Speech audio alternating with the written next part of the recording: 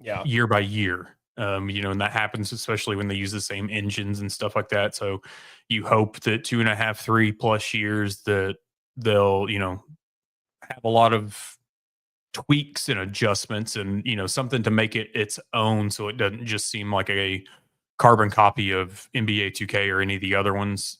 Um, I'm ready for it. Why not? We've only had NBA basketball games that have been out for so many years, so it'll be nice to have a change of pace and have these college players in it, especially now that with NIL you can have the names on there. Yeah.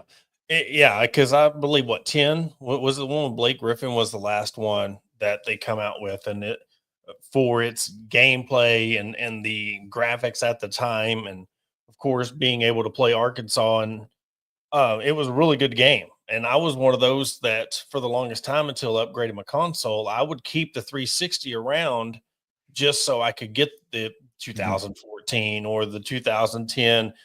Um, but I honestly I like the college baseball game. I believe it was either '06, '07, the college baseball. I don't know if it was MVP baseball college or whatever the name of it was, but I mean that was a good one too. I mean, I could just imagine now with the graphics and Omaha and everything going into that. I mean, you would have year round you could play your favorite college game. I think Mhm. it would be really cool to come out with, but that was another thing. But moving on, uh, there's been a lot of chatter the last couple of days about budget cuts and revenue sharing, and now we're really kind of seeing the opposite end of you know the effects of it. And I don't know really I hadn't heard too much about it, but when you hear the likes of Kevin Trainer being let go from the University of Arkansas and don't know any of the details about it. So,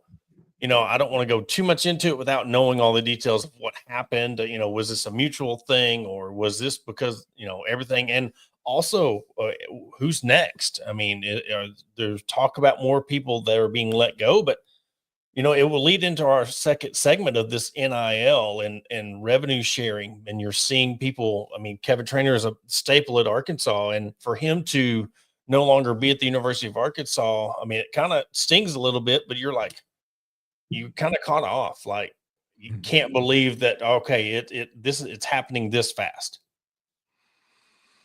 When you said it to me this morning, I mean, I hadn't heard anything. It's something that's been kept under wraps, if you will. I mean, and obviously it's out there for these people to know, but like David Basil put a couple days ago, even on his Twitter, that he is the current president of the National College Sports Communicators, and he's at this level nationally.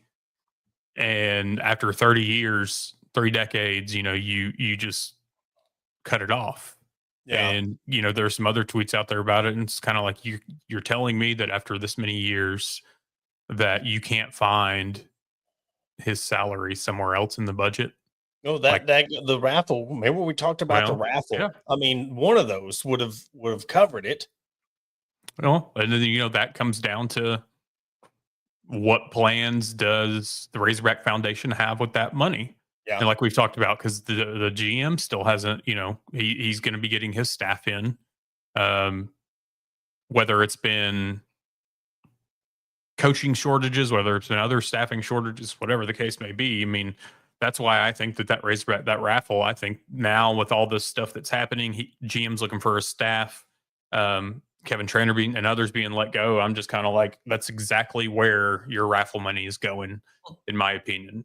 Maybe it Yeah. ends up going other places, but right now you can't tell me otherwise when you already have these positions that you have open. And I look at it like, is it because they come out of different departments, different pool? It's kind of like people that complain when, say, your city spends X amount of dollars on water slides, but they won't spend X amount of dollars on your poorly developed, water infrastructure. Yeah. They come out of different pools, and so it's like, is his just not in that boat? I don't know. I feel like you can move stuff around. I'm not there to make those decisions. And it could be you bring up a good point about the foundation. I mean, there was talk of maybe that's what's going on. Maybe they're going to move him over to the Razorback Foundation. We don't know all the details of what's going to happen. So, you know, we could be up in arms about this whole thing, and then all of a sudden he pops up and he's with the Razorback Foundation, and then Mhm. all is lost. But still, yeah, it's one of the things, and he's the mediator for the SEC Media Days. So I mean, he is an integral part of, and I believe he was the president, or he is the outgoing president. I've seen a lot of posts about him passing the gavel to the newest president.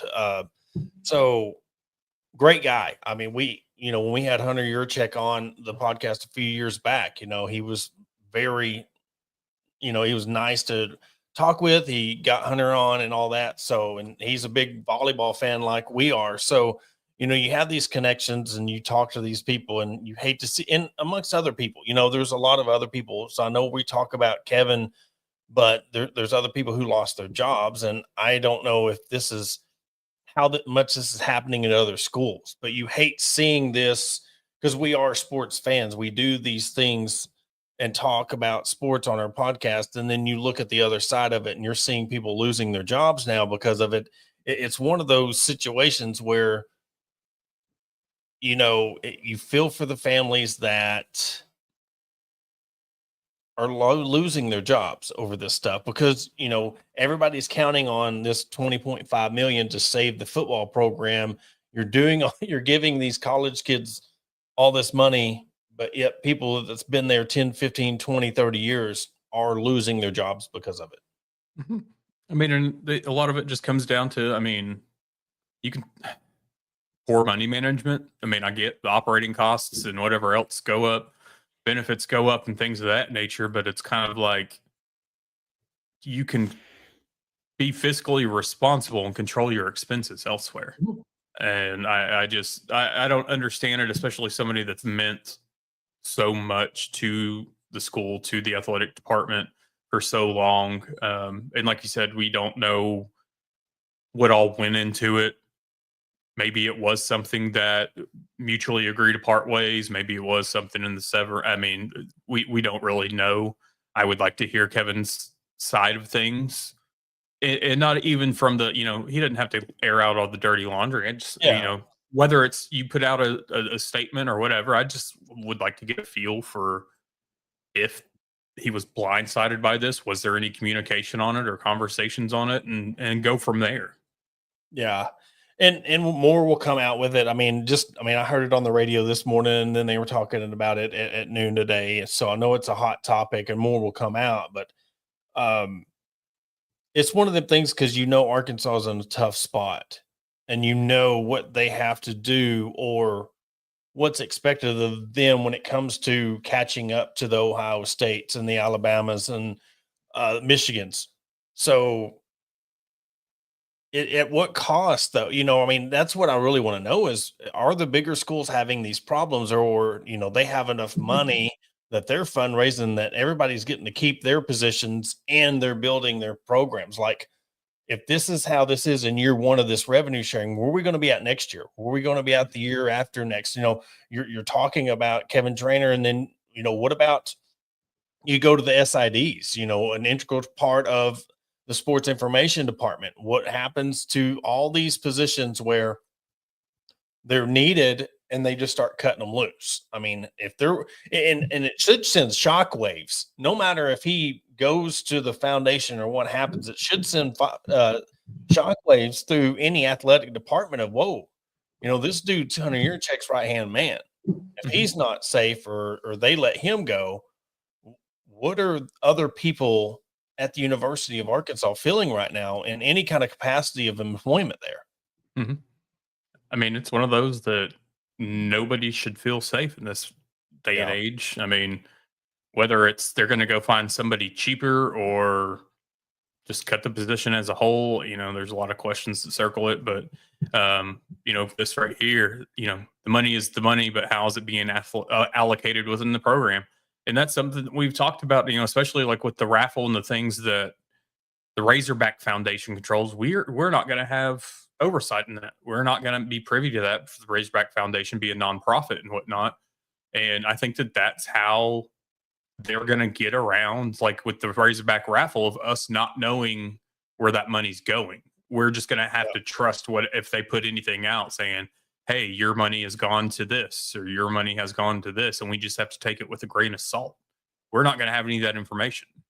It's kind of like, the same thing with the NIL. It's not going to be, we're not going to be privy to that with Freedom of Information Acts due to Arkansas state law.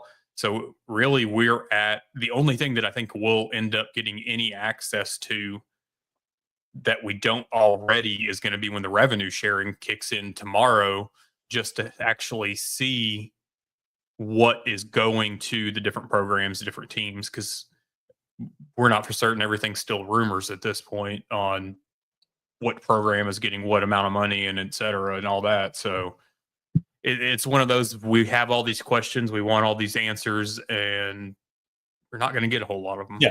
No, and when you have the governor supporting this and, making it where, like you said, you can't get any answers. It's like, but to me, it's like, why would you go to that level? I don't know.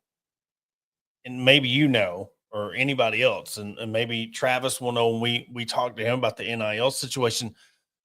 How many other states get their legislative involved in making these FOIAs where you can't see it or you can't even request it and they'll be denied? That's what I would like to know. Is this something that's happening in more places than we realize? And just because it's Arkansas and we keep track of Arkansas, we're seeing it and noticing it, but that's another thing. And then you have like this comment right here, Gundy at OSU took a $1 million salary reduction to help his program. I've heard other programs doing that, but then you also see the ones that are like, look, these players are getting paid now. It's a different world. Why take money out of my pocket when we're paying these players that might not be here next year? I'm going to be here. I'm trying to build this program. Why should I take my money and give it to somebody who, they'll take their money, but you're seeing these opt-outs at 4 games and these guaranteed, look at all the gold rush that's going on at Texas Tech right before the deadline, which is today, of the new bargain agreement or whatever you want to call it. And so tomorrow does start that, the no more of all of this stuff. And we might be going back to the Pony Express days and the McDonald's bag days. And so, and with that too, I mean, it's like, I talked about this a little bit last night. I even talked about it with a coworker today, because he's in this older generation that, he remembers obviously the SMU days and how everything was, which we all do still, pre-NIL, pre-transfer portal, pre-revenue, all this. So now with everything that, being reviewed by a third party for the NIL deals themselves and the payments and all this, then we're adding on revenue sharing, and we don't know to what extent this third party, like how strict they're going to be with approving and denying. They've kind of let it out to be that essentially you need a business plan. You need to prove that this player is going to do X, Y, Z for the money that he's being paid, whether that's signings, whether that's events, TV ads, commercials, social media, whatever. They've kind of got to have a business plan in place to show that. Okay, so you start either rejecting them or approving them, whatever. Well, the people that want to get around that, they don't want to do that. We're going to go back to the McDonald's bags full of cash. We're going to go back to the envelopes in the locker after the games. We're going to go back to these things that are done behind the scenes that nobody's privy to, but people know that's going on. So now with revenue sharing, with NIL, and then we're going to open up we're going to open back up paying kids under the table. We've now added another layer of money that these kids are going to be getting. So it's kind of, the rich get richer in a sense, because adding revenue sharing on it, that's just guaranteed money. And so we're giving them even more money, in my opinion, with the revenue sharing, the NIL and then the backdoor deals that are going to be happening. And, like I've said, I am all for these players getting paid within reason.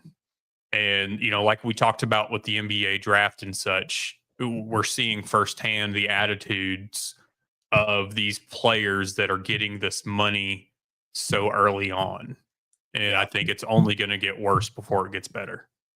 Yeah, and there is some, before we had to break, there is some, additions. There is some good news. I mean, Arkansas did flip the 3-star prospect from OSU to Arkansas.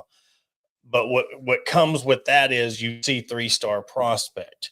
You're talking about, the names that are being mentioned and people that could be coming to Arkansas. They're 3-star players, are you spending $1 million for somebody who's a 3-star player?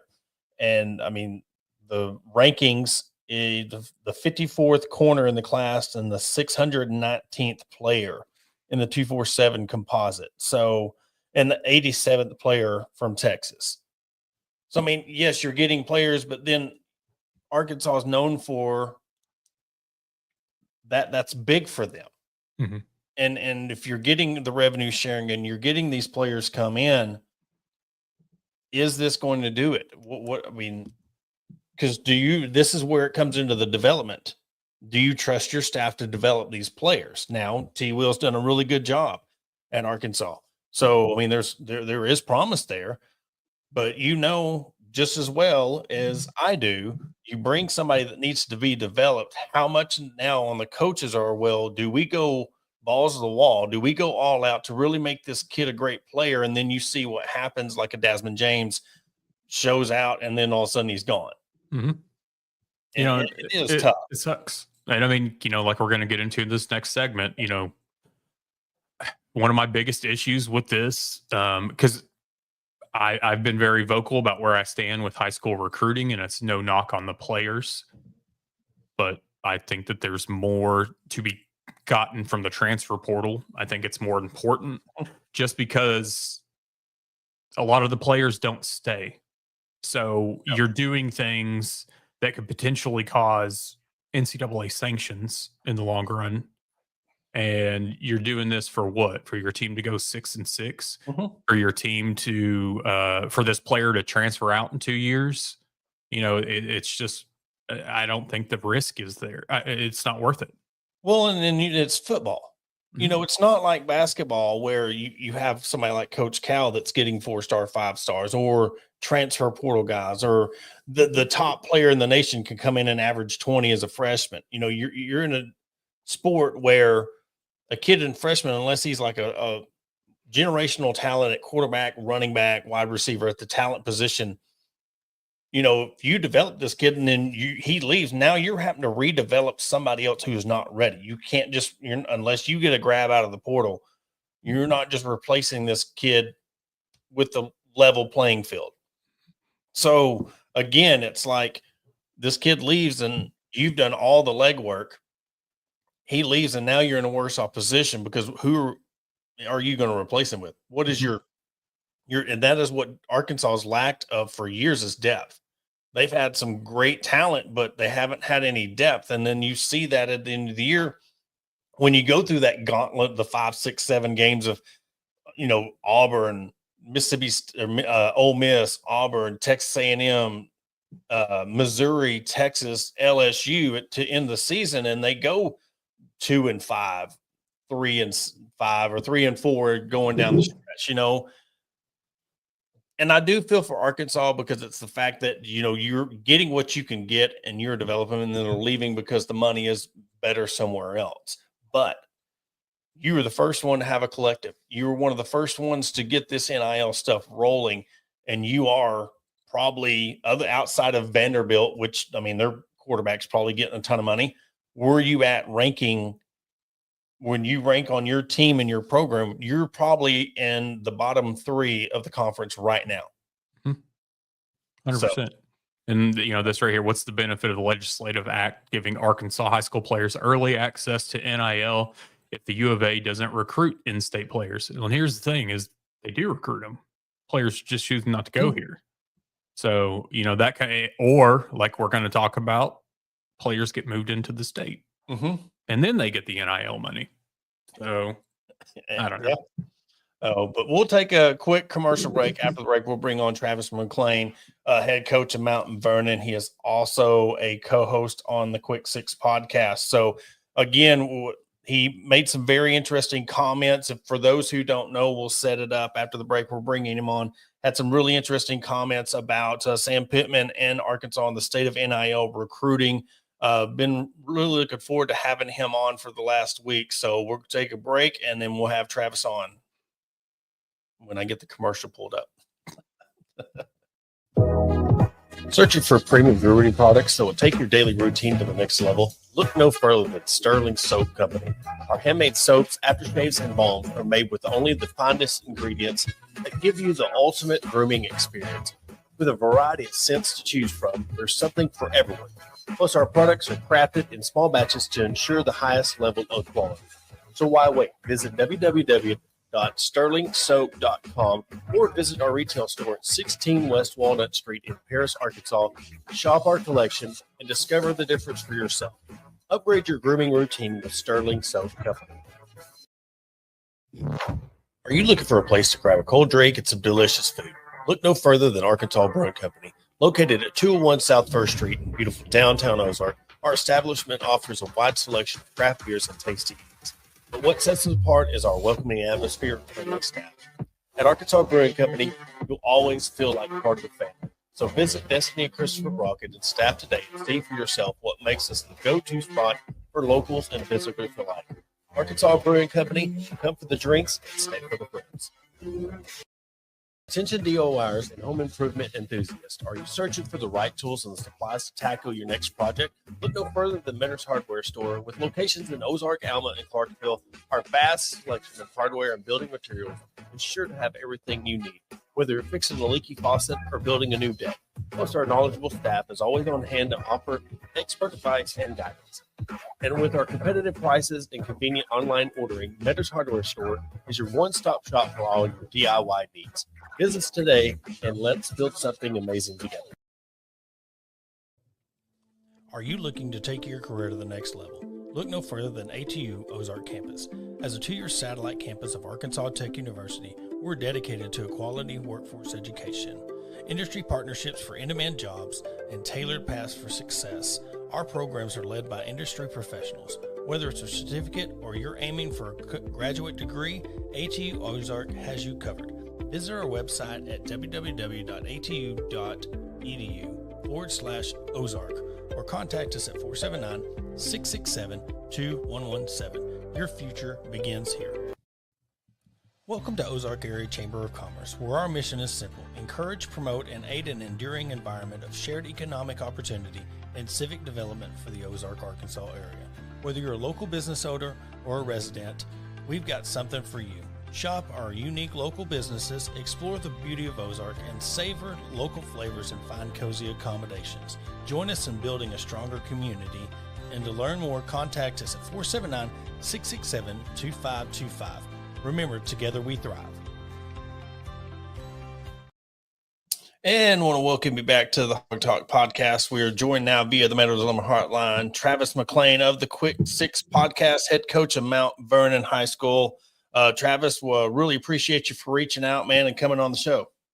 Absolutely. I appreciate you guys having me.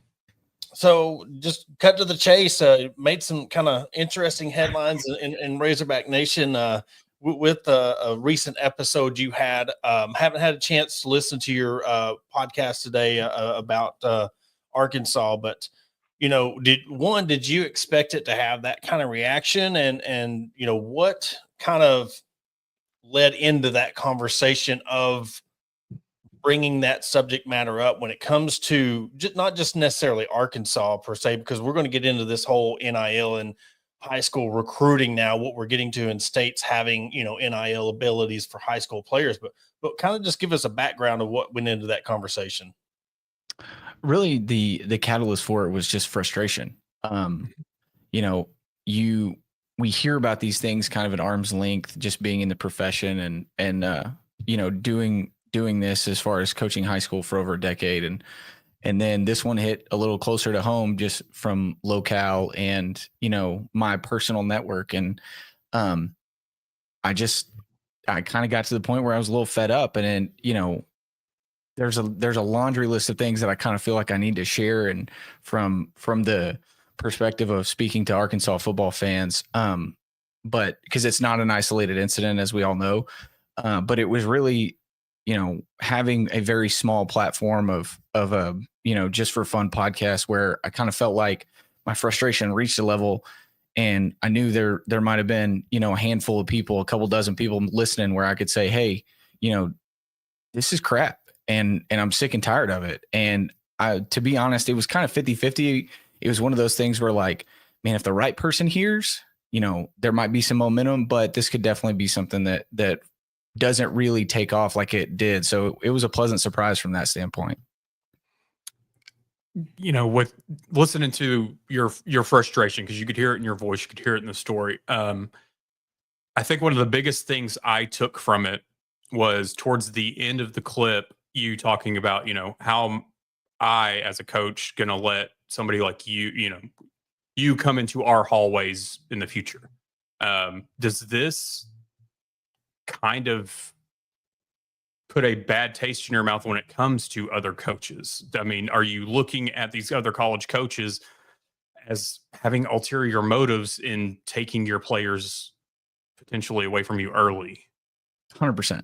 And to be completely honest, that was one of the reasons I wanted to share it. And I wanted to, a lot of times when high school coaches talk about these issues, they do it generically. Mm-hmm. Hey, a school in the SEC or a Division I program, right? They do it generically, and it's twofold, maybe even three. It's, I might still have aspirations to get to the college ranks, and I don't want to burn any bridges, or I got a kid coming up and I don't want to ruin his recruiting, or it's the general fear of, even if I want to leave here and climb the ladder one more step, that college coach might have a connection to a hiring committee somewhere else, and it could essentially blackball me. And I just felt like I was in a situation where I'm comfortable, I'm confident where I am. So those aren't as pressing of issues. And I kind of reached that boiling point where this is something that needs to be out there, and we don't need to be vague. We need to be specific, and we don't need to be afraid. I mean, I had a former teammate of mine that coaches here in Texas and said, hey, we got an Arkansas commit. Do I need to worry about this? And, I told him, I said, honestly, I don't know. Based off your location, I don't know. But what I do know is that if that's the only conversation that came out of it, it worked, because now it's on somebody's radar. Mm-hmm. And not just University of Arkansas, not just Fausch, not just Sam Pittman, but the specificity of, we know this is going on. We need to talk about it. And our network, our Texas High School Coaches Association network, needs to share these names to protect our own programs, our own state, and our own players.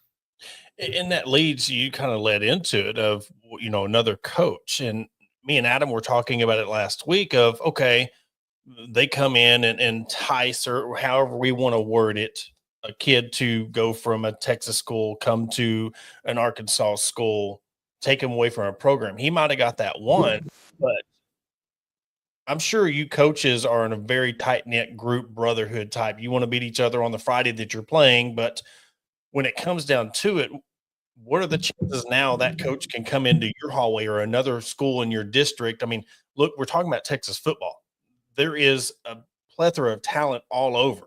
So, the chances of this happening, it's getting out there.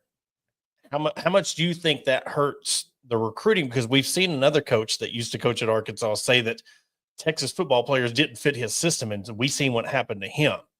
Do you see a certain similar type of situation happening with this, if this in fact, goes down the way it is?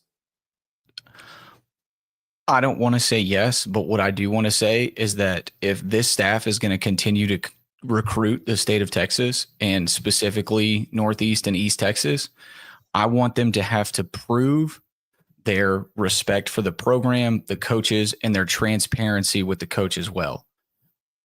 I don't want this to be this. My goal was not to say, well, I don't ever want these guys in our state again. That was not the goal. The goal was, if you're going to come dance in the yard, make sure it's the front yard and knock on the door first, because there's a ton of talent in this state. I talked to a reporter a few days ago that said Texas high school football players have been the foundation for Arkansas football for a long time. Mm-hmm. And they're not the only out-of-state school that's like that. You look at OU, Oklahoma State, there's others. But if we're going to continue to operate that way, and I want the University of Arkansas to continue to have that, because it's only better for our state, but I want it to be done respectfully and transparently. And I know that's kind of dodging your question, and I don't mean to, but I don't want this to be a blackball situation by any means. I don't have the power to do that. I felt like somebody needed to stand up for us, the high school coaches, the ADs, and that was my main goal. What kind of conversations are you having with your players, and are you doing it as a group, or is it something that more isolated conversations with the players that have more opportunities out there for them? I mean, whether it's forewarning them or just to be open and honest with y'all, or or any type of those conversations going on. So right now the conversations are more because of when I got to Mount Vernon and getting that 26 class kind of into our system and updating their recruiting. They're more informal, but as we move into August, we'll have a team meeting, we'll have a parent meeting, and both of those will address recruitment and conversations and things of that nature. One of the number one questions you get from your younger kids coming up, going to be freshmen, sophomores, is, hey, I got contacted by this recruiting service. And that used to be the big issue, right? Like the recruiting service. Oh, you're going to pay your $2,400. You're going to get your 3, Division II out of state or NAIA offers that are uncommittable and they don't matter, but now you've justified your payment, right? Those used to be the primary conversations. Now we've had to add we know NIL is going to be a big part of this. And if you're a player that's going to have those conversations, let's go school first, money second, right? And set that up, because and it's not an ego thing. And I think a lot of people think it's an ego thing. I'm not wanting those conversations to run through me because I want to be the one that said, no, it's the kid's decision. What I want is to make sure that I can look somebody in the eye and confirm that you're in it for the best interest of the kid. You're going to take care of this kid. And this is we're not doing a 9-month recruitment. We're doing a 4 or 5 year recruitment, because I think a lot of high school coaches still aim to produce the placement of development and things of that nature. And it's obviously a lot harder in the current state. When did, coaches and programs in Texas really start seeing, all of this, and not just this instance per se, but really people coming into Texas and doing, because you said it's happening in other states or other places, when did this really start being where it was an issue where other programs, other schools, because again, where you're located at in Texas, I mean, it's the king of football, and there's a lot of talent there. So people think, well, I can just go down there and get a couple kids they won't know. But like the school you're at, being a 4A school, it's like, you're not like the big schools in Texas where you have 4 D1 kids or 5, 6 D1 kids, So when did you realize, okay, this is kind of becoming an issue? It's really been 2-phase. The growth and prominence of the prep school, boarding school path, which I think was like, it really started to pick up momentum like 2014, 15, 16. That was really wave 1. You started getting these coaches that came in and said, hey, you're going to come down here, all expenses paid. It's football, it's college prep education. You've got access to tutors. Look at all this elite level, recovery and training and nutrition. And they started handpicking, and even then the state was able to hold on to those 4 and 5 stars, and you only saw them 1, maybe 2 a year. And then phase 2 came with the NIL, because the Texas High School Coaches Association, it works hand in hand with our legislature, with the Texas House and the Senate. And they go to bat for us. And one of the big battles that they've been fighting is, it's not that we don't have NIL, and it's not that the association and the coaches don't want it. We want it done in a way that parallels this transparency, to where it's taking care of the kid. It's done the right way. And that kind of, I don't want to ramble too much, but that kind of leads into one thing I want to make sure I said was that, you know, from an NCAA, UIL, state of Arkansas high school standpoint, everything that I said allegedly happened is not against the rules, right? Relocate. When you cross state lines, it's very blurry. When you leave Texas to go to another state, it's very blurry, and it's pretty easy to get your eligibility. When you come in from another state, we tend to do a little bit more fact check and, you know, home visit, things of that nature to make sure that, you know, this kid didn't just move to this public school for athletic purposes. But going out, not every state has the same management style structure. And so moving wasn't the issue. Paying wasn't the issue. It's the moral issue. It's the burning of the bridge. It's the back door. It's the lying. Those are the issues. That needed to be the main focus of what I was trying to bring up. I don't know if there's, you know, a number to throw out there. Obviously I'm not one to throw out names of coaches, schools, whatever, but you know, right now, if there is a number that you can go, like, how do you gauge how many are out there right now in your back door, or schools that you know of, or have any other coaches expressed the same issue that you've talked to? Like, kind of, I guess, expand our horizons on how much of this is truly going on. More than you think. They don't win as many of the conversations here as they probably do in other states. But I do know, especially with my co-host on the Quick Six, one of my best friends in coaching, he was in a private school in Nashville, and their whole they had gone up a division, and their whole conference essentially was boarding schools. They're flying kids in from Canada to go to the boarding school to play for them so they can get Power 4 offers. Right? There's a school that was in their conference that 80% of the roster was from the state of Florida. It's happening nonstop. And like I said, I think the state of Texas does a better job than a lot of other states because of our structure and the association and the expectation of high school coaches of holding on to those kids. But, you know, we talked about in our newest episode that, you know, like, this isn't an isolated incident. SMU, I immediately was contacted after our last episode. Hey, a few years ago, SMU did this. You know, Jamie Franklin up in Penn State did it, right? It's boom, boom, boom. It's, hey, I'm giving you this. I'm looking out for you. This is my 2 cents best interest. When in reality, you're trying to get the kid out of his comfort zone by his commitment, so he does what you want. And it's just grimy. And kind of switching gears a little bit, me and Adam were talking about the NBA draft, and it kind of ties into it. But we've seen an NBA player get drafted, but did not love. I mean, it's well known, you know, did not agree with where he was being drafted. And it goes back to this NIL in high school, you know, travel ball. Kids are switching up travel ball teams every year. Then you go to high school and you can go to different high schools. Then you get to college and then you can go. Then when they get to big boy ball, the pros, and you're held to a contract, now they're still so do you think, you know, when you're talking about protecting the kids, do you think that not having the NIL in high school and doing these things, do you think that is a very good thing, and a lot more kids should be doing that, because now it's teaching them no matter what, you can just go somewhere else, and then you get to the pros, it's not like that anymore. I think the